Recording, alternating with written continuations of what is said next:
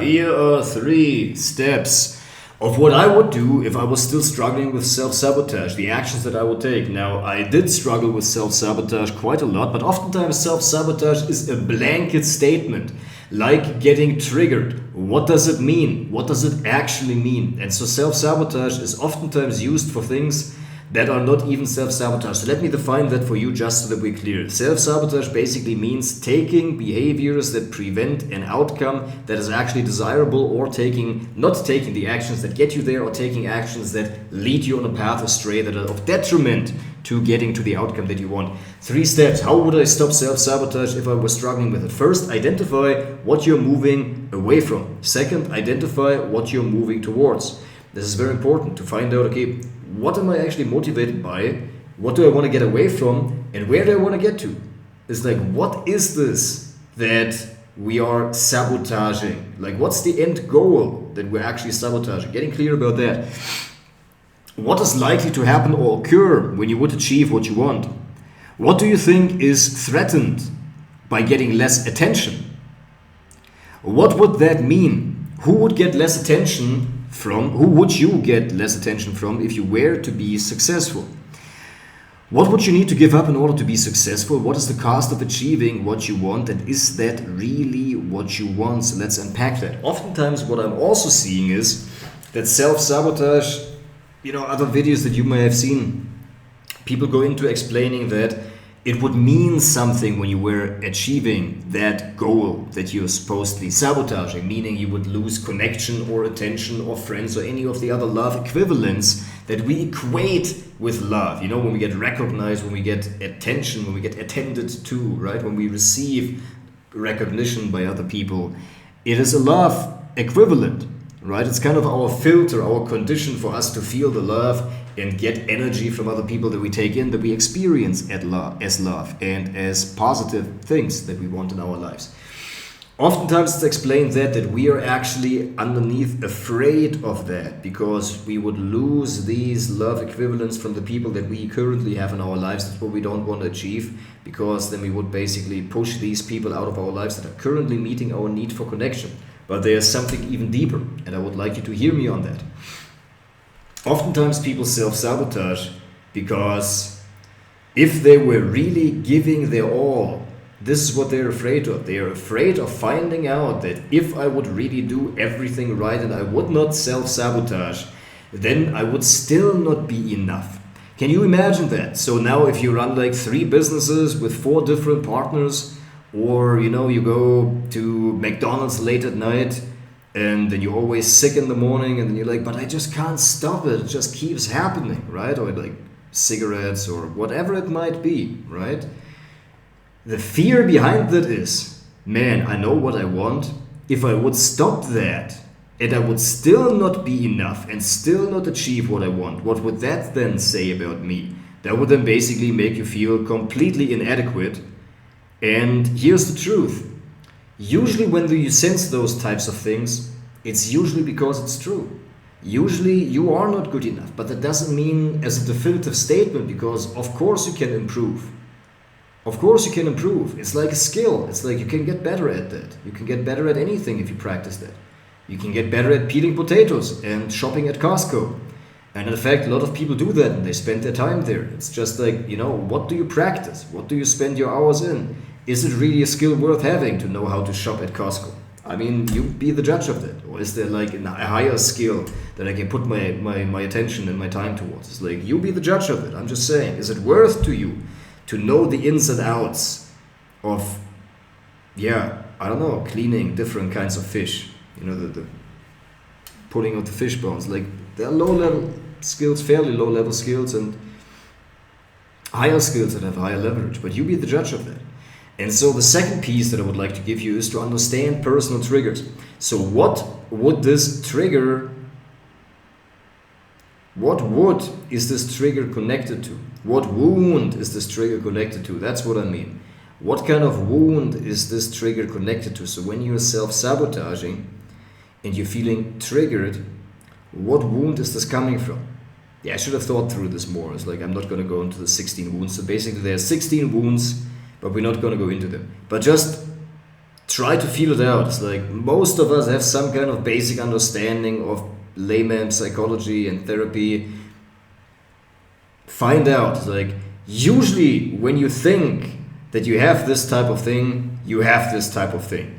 Usually when you sense inside of you, but I wonder if this is affecting me, you're probably wondering right. Usually when we wonder those things, it's usually because they're correct.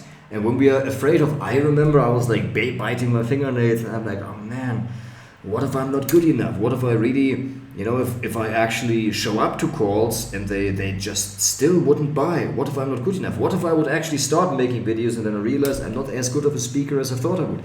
And guess what? I delayed that for so many years and then I found out that I actually really wasn't that good at making videos. And you see that right now, still 300 days into that, even though I think I'm this world-class speaker in my head.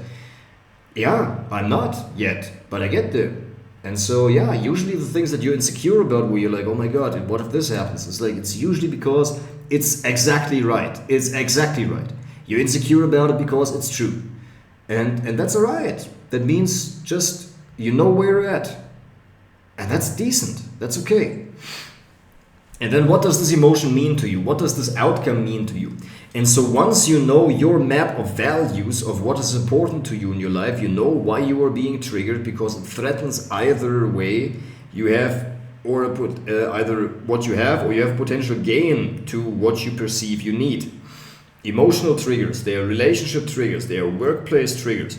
Relationship triggers are generally speaking about love and connection as well as safety. You're being triggered when your love and connection, or when your sense of safety is being threatened, or your perception of safety, right? We feel safe or threatened in our self-perception.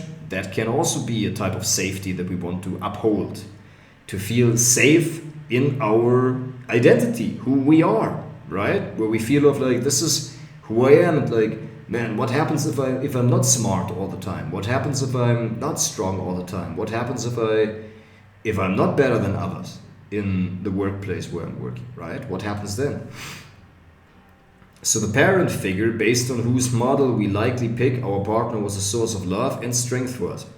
So the workplace triggers are usually about status, competence, growth, and safety, although a lot of us unconsciously mix in love to the workplace because we tend to see a boss as an authority figure, like our father or mother was, depending who was more influential in terms of who we looked up to more, whose love was most scarce, and in turn whose love we craved the most. Exactly.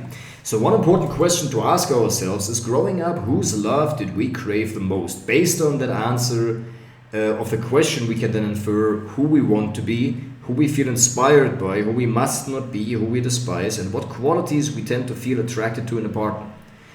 And so to bring that back of self-sabotage, we sabotage because it gives us something. And oftentimes we also mix up these behaviors. We say we sabotage, but we actually don't. We're just meeting our needs in an unhealthy way. And this is what I mean by decoding human behavior. Oftentimes the behaviors that we do, they serve a certain purpose. Not usually, they always serve a purpose. That's why it's important to not try to change the behavior, but you gotta take a look at what's the cause of the behavior, and to that the solution needs to be applied.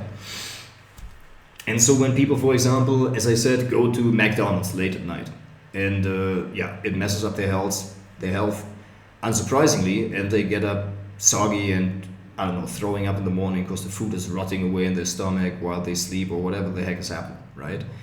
Now that can be the reason for that it evokes a certain type of self-directed anger. So maybe the cause for that behavior is that you haven't found healthy outlets, healthy channels through which to ground the anger that you feel towards yourself, or towards a parent still that you hold some grudges against, or towards a boss, or towards life and society itself, because you're not growing to the way that you believe that you should be or could be. And that anger you're not allowing yourself to show, because potentially you've made the belief that showing your anger is bad. Maybe you were, abused as a child, or you saw somebody else being abused and you're like, I will never be a subject of my anger outbursts like that. I will never. So anger is wrong. Acting angry is wrong. And so you just pretend it's not there. And then it shows up in these passive aggressive and backdoor kind of ways. And so if you don't have a healthy outlet for your anger, it finds unhealthy ways. One of which could be that you just hate yourself into the ground every time after you've eaten McDonald's late at night. And so then you don't need to wonder why that happens, because our energies need to be in balance, and when you don't have a healthy way of grounding your anger, it comes out in an unhealthy way. It must be so. And so then we also see it's like there's no point in trying to do this hard work of changing your beliefs about McDonald's and visualizing the negative consequences. I mean, it might work, but then you're going to do something else that evokes this self-hate, which is your usual pathway through which to ground this anger energy, right?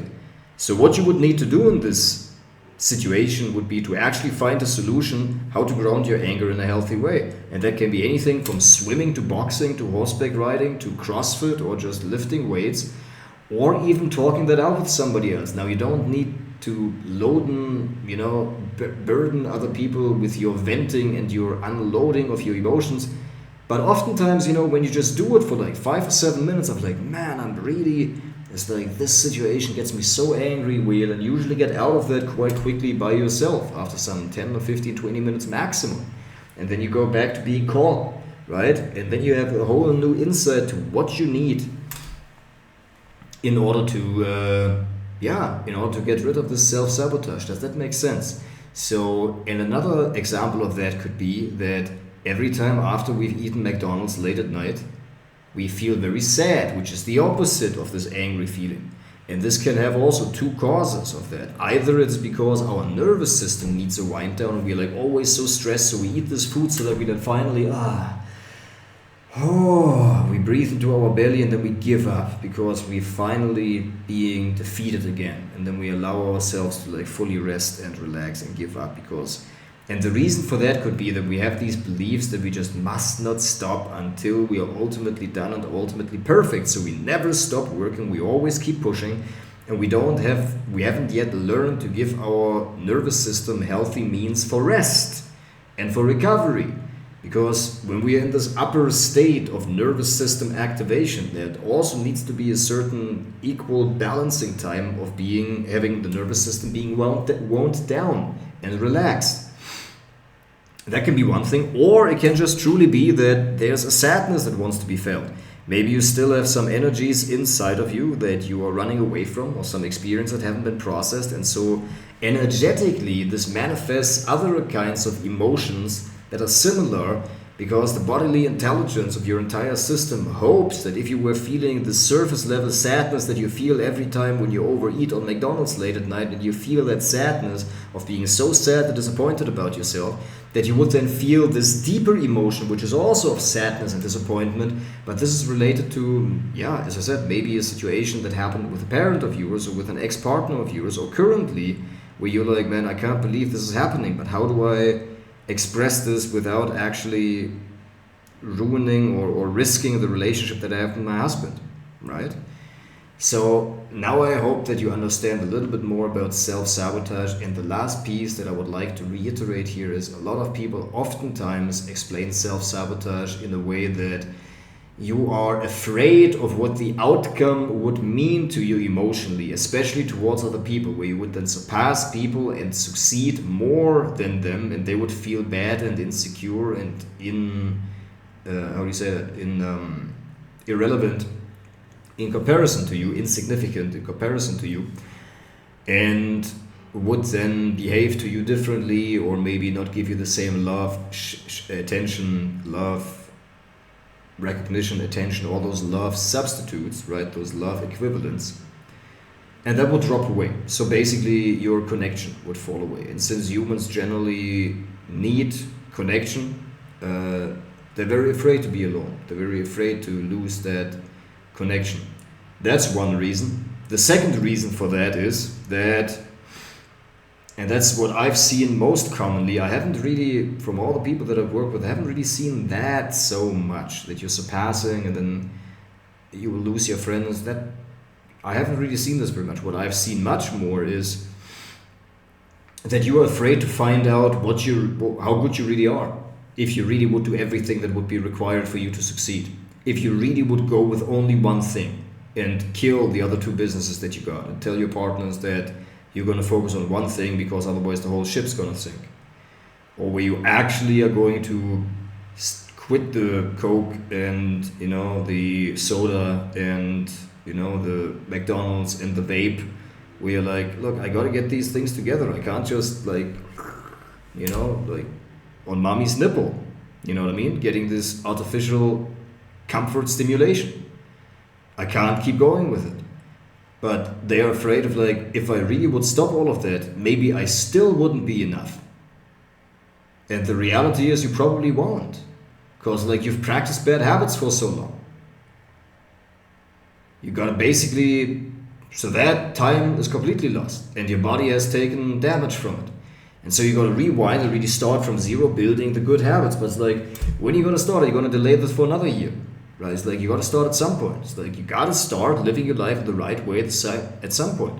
And living the life the right way doesn't need to be like my value system or my belief system, but it's like eating crappy food is not the right way to live your life. Are you gonna argue with that? So you gotta start doing the right things, and usually you know what's right for you. That's what really I'm appealing to. Your intuition, your own bodily intelligence that knows what's right for you. And you know that sucking on this fucking vape is not right for you. So, you know. But here's the thing. Then you're like, how do I cope with the stress then? You know what I mean? What do I do instead? When this feeling of anxiety comes up and I don't have this, what do I do then? Then the feeling of anxiety will be too much. And it probably will. And there are probably deeper feelings underneath it that really want to be felt, that you're covering up with this vape. But you're also never going to be going to the depth of you facing all of the things that you're afraid of inside of yourself, and then you're never going to really be free. And frankly, yeah, you will always be in this mellow yellow middle and not really do anything.